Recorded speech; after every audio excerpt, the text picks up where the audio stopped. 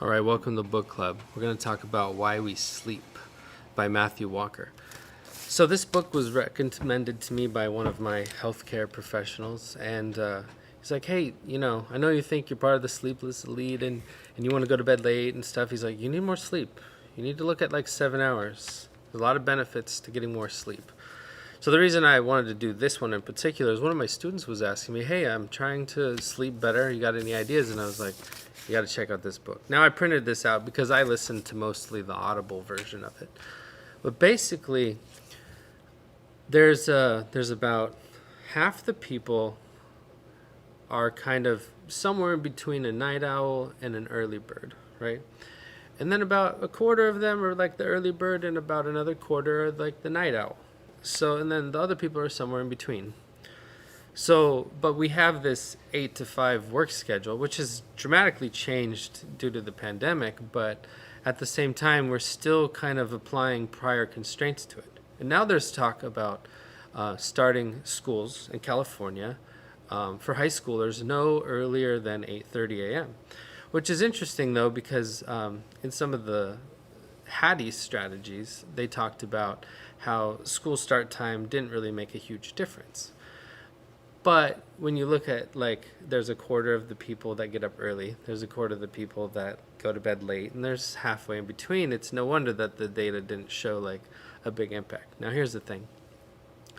If you are an early person, you could do stuff early. If teachers and students want to do stuff early, then start that early. If there's other teachers and students that want to start stuff late, then you do it later, right? So it's like trying to find that balance. And then just like talking about how students are like, hey, I'm tired in the morning. I'm like, well, historically, if when we lived in tribal situation, the elders would go to bed first, then like the early adults, and then the teenagers would go to bed last at like 2, 3 in the morning, and then the elders would get up at like 4 in the morning. So the vulnerable time was only like 2 to 4. So that worked out pretty well. That's a point here in the book. But what's also interesting is all of the different studies that he did and talked about how like drunk driving versus deprived sleep, and then what happens when you add them both together. Really interesting. He's got a lot of data in here.